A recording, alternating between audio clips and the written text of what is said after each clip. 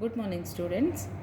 In our last video, we were talking about flow of energy in a food chain at different levels. And regarding flow of energy, there were some points that we talked about. Like one is that flow of energy is always unidirectional, यानी कि जो energy का flow है वो हमेशा unidirectional होगा. कभी भी एनर्जी जैसे कैसे ट्रांसफ़र होती है होगी सनलाइट से प्रोड्यूसर से प्राइमरी कंज्यूमर, यानी कि प्रोड्यूसर होंगे ऑटोट्रोप्स या प्लांट्स और कंज्यूमर होते हैं हर्बीवोर कार्निवोर. इस तरीके से हर्बीवोर कार्निवोर या ओमनिवोर. तो कभी भी कंज्यूमर से प्रोड्यूसर को एनर्जी नहीं आती है. हमेशा एनर्जी जो है वो एक ही डायरेक्शन में जाएगी. वो सिर्फ that is producer to consumer, यानी सन से प्रोड्यूसर को और प्रोड्यूसर से फिर कंज्यूमर्स पे. दूसरा हमने पढ़ा कि जो एक एनर्जी मॉडल दिया था दैट इज़ लिंडमैन में. हाँ, मैंने जो आपको ये लास्ट टाइम इसका नाम नहीं बताया था, जिसने ये एनर्जी मॉडल दिया था उसका नाम था लिंडमैन. इसने ये एनर्जी मॉडल दिया था जिसने दिया था 10% लॉ, जिसे हमने लास्ट वीडियो में कहा था 10% लॉ. यानी 10% लॉ यानी कि हर एक लेवल पे, यानी हर एक ट्रोफिक लेवल पे, एक लेवल से दूसरे लेवल पे सिर्फ जो है 10% एनर्जी जो है वो ट्रांसफ़र होती है. तो अब जो है आपने अपने टेक्स्ट बुक में इस तरह का डायग्राम देखा होगा. एक इस तरह से जो है एक ट्रायंगल बना करके उन्होंने दिया हुआ है producer, primary consumer, secondary consumer and tertiary consumer. ये देखो, आपको मैं दिखाती हूँ. ये देखो इस तरह से दिया हुआ है. ये they are showing that different trophic levels. अब इनको हम क्या कहते हैं? इस तरह का जो रिप्रेजेंटेशन होता है, इसका इन्होंने ट्रायंगल बनाया है ना, ट्रायंगल बना के दिया है तो उसका कोई मतलब होगा. इन्हें हम कहते हैं पिरामिड्स, इकोलॉजिकल पिरामिड्स. ठीक है, तो देखो ये सिर्फ डायग्राम है. इसके रिगार्डिंग एनसीईआरटी में एक सेंटेंस है, बट आपको कंसेप्ट क्लियर होना बहुत ज़रूरी है. ठीक है, तो देखो इन्होंने आपको इस तरह से डायग्राम दिया हुआ है. Producers, primary consumers, secondary consumers and tertiary consumers. And this type of graphical representation is called as ecological pyramid. इसे हम कहते हैं इकोलॉजिकल पिरामिड.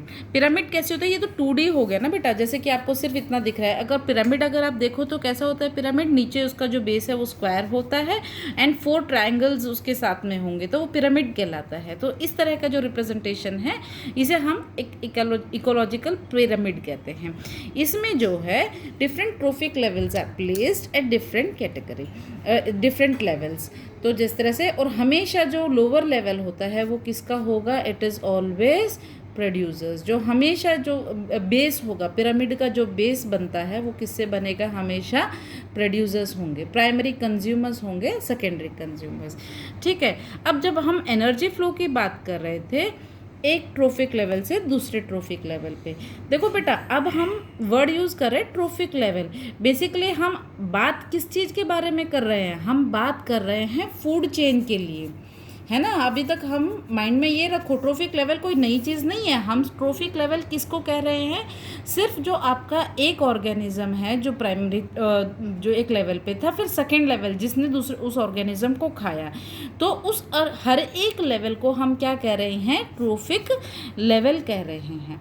ठीक है, तो ये ट्रोफिक लेवल ऐसा नहीं कि कोई आपको ऐसा लगे कि ये कोई नई चीज़ है या नया कंसेप्ट है. हम फूड चेन के बारे में ही बात कर रहे हैं अभी तक भी. ठीक है, और हम बात करें कि एनर्जी फ्लो जो है फूड चेन में कैसे होगी, और फूड चेन का हर एक लेवल है उसे हम ट्रोफिक लेवल कहते हैं. ठीक है, तो एक लेवल से दूसरे लेवल पे ही एनर्जी ट्रांसफ़र होती है, यूनिडायरेक्शनल होती है. तो इसीलिए हमने एरो को ऐसे ही बनाया है. और हमें शायद जो है वो 10% होती है. देखो इधर एक एग्जांपल दिया हुआ है कि सपोज सन का जो सनलाइट है उसका हमने क्या कहा था कि सनलाइट का सिर्फ 1% जो है टोटल सनलाइट जो है प्लांट्स उसको एब्जॉर्ब करते हैं और उसको फूड सिंथेसाइज करने के लिए उसे यूज़ करते हैं. तो सपोज़ हम एक एग्जांपल ले रहे हैं, हाइपोथेटिकल एग्जांपल है कि सपोज़ कि एनर्जी है 1000 किलो जूल्स जो प्रोड्यूसर्स ने एब्जॉर्ब की और उसे यूज़ किया. फिर जो नेक्स्ट लेवल के लिए जो अवेलेबल एनर्जी होगी वो कितनी होगी? 1000 का 10% that is 100 kilojoule. And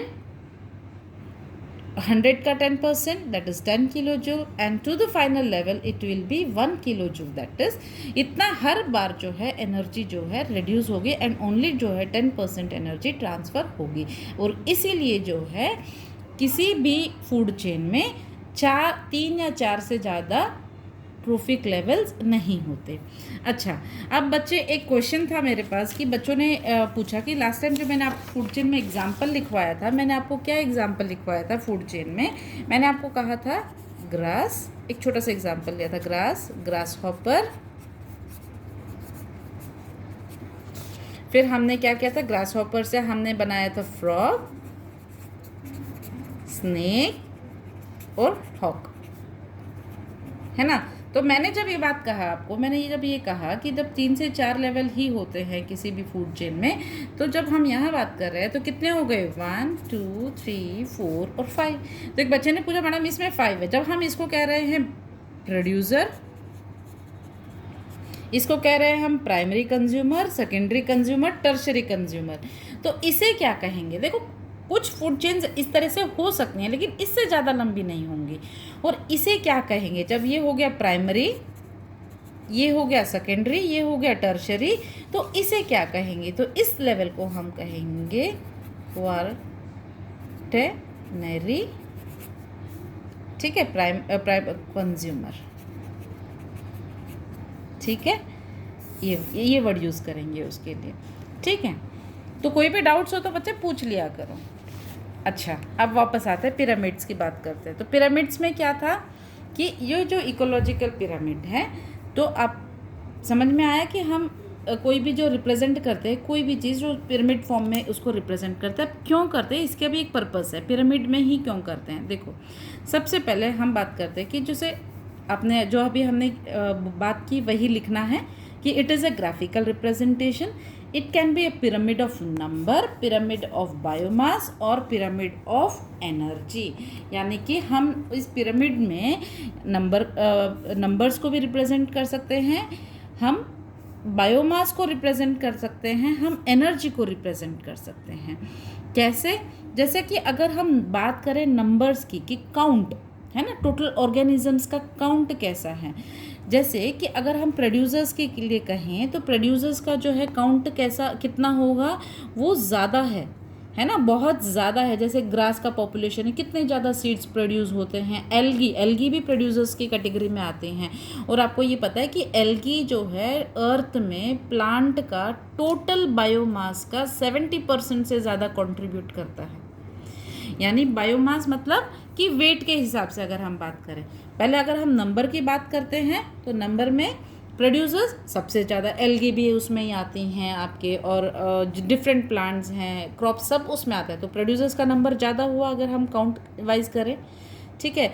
फिर उससे जो है थोड़ा सा कम होगा प्राइमरी कंज्यूमर का नंबर, फिर उससे कम होगा सेकेंडरी कंज्यूमर का नंबर, और फिर होगा टर्शरी कंज्यूमर। सबसे कम जो है उनका नंबर होता है टर्शरी कंज्यूमर। इस तरीके से जो है नेचर में बैलेंस बना हुआ है कि हर लेवल पे जो है number of organisms are also decreasing naturally. आपने ये देखा है कि जैसे जो प्राइमरी कंज्यूमर्स होते हैं वो बहुत जल्दी रिप्रोड्यूस करते हैं, जैसे अगर हम कहीं फ्रिक्वेंटली रिप्रोड्यूस करते हैं, और कई बार होता है कि वो बहुत लार्ज नंबर में रिप्रोड्यूस कर रहे हैं, है ना। उनकी जो बात करते हैं कि लाइफ स्पैन शॉर्ट होती है और लार्ज नंबर में रिप्रोड्यूस करेंगे। अगर हम काऊ या बफेलो का एग्जांपल छोड़ दें तो इसके अलावा अगर जैसे हम माउस का एग्जांपल लें, और अगर आप जो प्राइमरी कंज्यूमर में जैसे हमने ग्रास हॉपर लिया है, अब तो टिड्डी दल का आक्रमण देख ही लिया होगा आपने, क्या नंबर है उनका, कितना ज़्यादा नंबर है ना। तो इसीलिए जो प्राइमरी कंज्यूमर है उसका लेवल प्रोड्यूसर से थोड़ा कम होगा। अब जो उसका सेकेंडरी कंज्यूमर होगा उसका और कम होगा, और टर्शरी कंज्यूमर का फाइनली द लोवेस्ट नंबर होगा।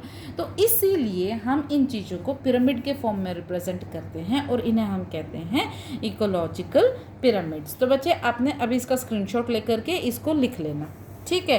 फिर आगे बात करते हैं।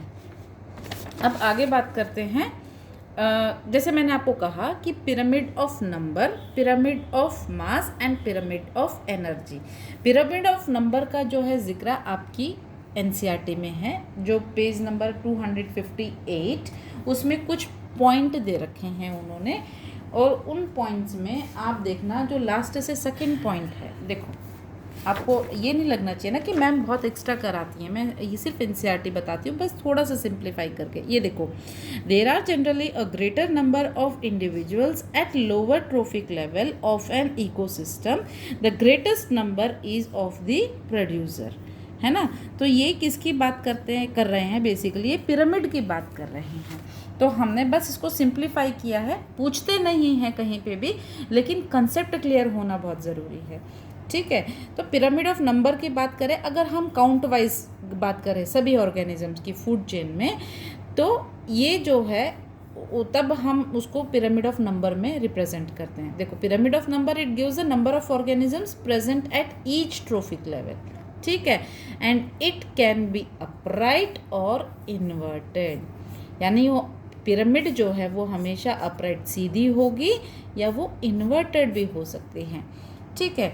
ये आप पूछोगे इन्वर्टेड कैसे, वैसे ये आपका टॉपिक नहीं है कि इन्वर्टेड पिरामिड्स, ये सब आपको शायद 12th क्लास में होंगे कि इरेक्ट और इन्वर्टेड पिरामिड्स। फिर भी मैं आपको एक एग्जांपल देती हूँ। जब हम इन्वर्टेड की बात करें, क्या, क्योंकि हम यहाँ पे क्या बात कर रहे हैं, सिर्फ नंबर की बात कर रहे हैं ना, तो आप एक एग्जाम्पल सोचो कि एक बहुत बड़ा पेड़ है, बैनियन ट्री है, बहुत बड़ा, ठीक है, वो उसका नंबर क्या है, 1, है ना। फिर उस पर फीड करने वाले कितने हैं, कुछ इंसेक्ट्स होंगे छोटे मोटे, है ना, छोटे छोटे कुछ इंसेक्ट्स उस पर फीड कर रहे होंगे, फिर उनका नंबर होगा। फिर उन इंसेक्ट्स पे फीड करने वाले कुछ बर्ड्स होंगे, वो कहलाएंगे सेकेंडरी कंज्यूमर्स। अब प्राइमरी कंज्यूमर क्या हो गए, इंसेक्ट। देखो, ट्री एक नंबर, दूसरा उसके ऊपर फीड करने वाले इंसेक्ट्स फ्यू नंबर होंगे, उन पे फीड करने वाले कुछ होंगे बर्ड्स इंसेक्ट्स के फीड पे, तो वो हो गए आपके सेकेंडरी कंज्यूमर। फाइनली हो सकता है आसपास नीचे उस पेड़ के पास ही स्नेक होल हो कहीं पे, और वो स्नेक जो है उन बर्ड्स को प्रे करने के लिए उनको आता हो या उनके एग्स खाने के लिए आता हो, तो उनका नंबर होगा वेरी फ्यू। तो इस तरीके से आपका इन्वर्टेड पिरामिड का एग्जाम्पल बनता है। तो ठीक है, ये समझ में आया कि पिरामिड जो है वो इरेक्ट भी हो सकती है, इन्वर्टेड भी हो सकती है, ठीक। अब बात करते हैं पिरामिड ऑफ मास। जब मास कहते हैं ना, बायोमास, बायोमास का मतलब क्या, देखो, बायो मतलब लाइफ, मास मतलब फिजिक्स में पढ़ा है ना, वेट एंड मास, वेट क्या है, मास क्या है। अगर हम जनरली बात करें, जनरली बहुत टिपिकल कंसेप्ट्स में नहीं, तो हम ये कहेंगे कि मास को हम वेट कह सकते हैं, ऑलमोस्ट की जो वेट के लिए हम डेफिनेशन दे रहे हैं वही मास के लिए, और एकदम टिपिकल टर्म्स में ना बात करें तो दैट मीन्स आप ये कंसिडर करो कि टोटल वेट लाइफ का, उस लिविंग मैटर का टोटल वेट, तो उस वेट के अकॉर्डिंग हम बात करते हैं तो भी उसे हम बायोमास कहते हैं। तो हम अब वेट के हिसाब से बात करें, पूरा जो उसका लिविंग मैटर का जो बायोमास है, तो इस पिरामिड ऑफ बायोमास आपको क्या बताता है, क्या इन्फॉर्मेशन देता है, it gives the biomass of each trophic level, की हर जो ऑर्गेनिज्म है हर ट्रोफिक लेवल पे उसका क्या बायोमास है, ठीक है। दूसरा, it also can be upright और इन्वर्टेड, वो भी अपराइट या फिर इन्वर्टेड हो सकता है। फिर बात करते हैं पिरामिड ऑफ एनर्जी। ये आपने एनर्जी का कंसेप्ट आपने पढ़ा है, फ्लो ऑफ एनर्जी को, और आपने ये पढ़ा है कि हर लेवल पे 10% जो है रिड्यूस हो जाती है। तो आप अब ये बताइए मुझे, क्या ये पिरामिड एनर्जी की इन्वर्टेड कभी हो सकती है, नहीं हो सकती, है ना। तो इसके लिए हम लिखेंगे कि it shows flow of energy from one trophic level to the next trophic level and it is always upright. और पिरामिड ऑफ एनर्जी हमेशा कैसी होगी, अपराइट होगी, ठीक है बच्चे। तो ये है पिरामिड्स के बारे में, क्योंकि आपको डायग्राम दे रखा है, थोड़ा सा बता रखा है, तो आपको एक कंसेप्ट क्लियर, बहुत मुश्किल नहीं है, बहुत ईजी है। एक बार आप इसको पढ़ोगे, सुनोगे तो आपको समझ में आ जाएगा, ठीक है। और इसके रिगार्डिंग कोई क्वेश्चन होगा आपका तो आप उसको बहुत अच्छे से कर सकते हो, ठीक है। तो that's all for today and thank you. इसको आप लिख लोगे पूरा, ठीक है बच्चे। इसका स्क्रीनशॉट लेके आप रख लिया करो, और जब भी टाइम लगे आप लिख लिया करो, ठीक है। So that's all for today and thank you.